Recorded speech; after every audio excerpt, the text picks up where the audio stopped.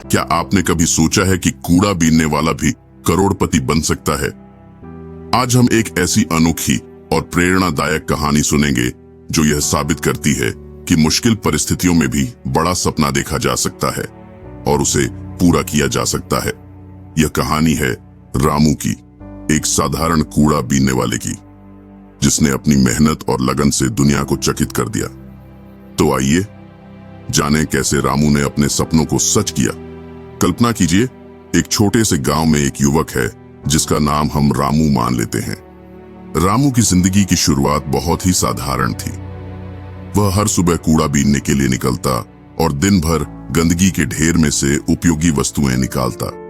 लोग उसे अक्सर तुच्छ नजरों से देखते और उसकी स्थिति का मजाक उड़ाते, लेकिन रामू ने कभी भी अपनी आत्मसम्मान की कीमत पर समझौता नहीं किया।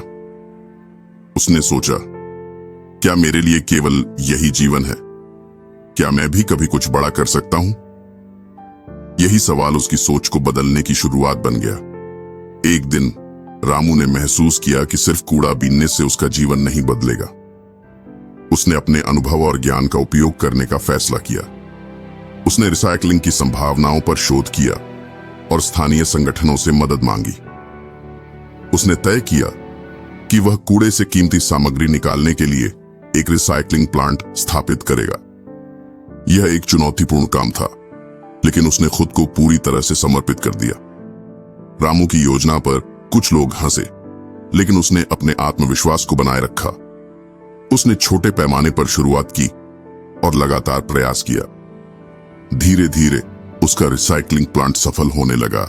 उसने कूड़े से प्लास्टिक, कागज और धातु जैसी चीजें निकालनी शुरू की और उन्हें बेचने लगा। समय के साथ रामू का व्यवसाय तेजी से बढ़ा। उसने न केवल अपने परिवार की स्थिति को सुधारा, बल्कि गांव के कई लोगों को रोजगार भी दिया। रामू की कहानी हमें यह सिखाती है कि अगर आपके पास सच्ची लगन, मेहनत और सही योजना हो, तो आप किसी भी कठिनाई को पार कर सकते हैं। हम सबको यह समझना चाहिए कि हर कार्य का सम्मान होना चाहिए और किसी भी सपने को छोटा नहीं समझना चाहिए।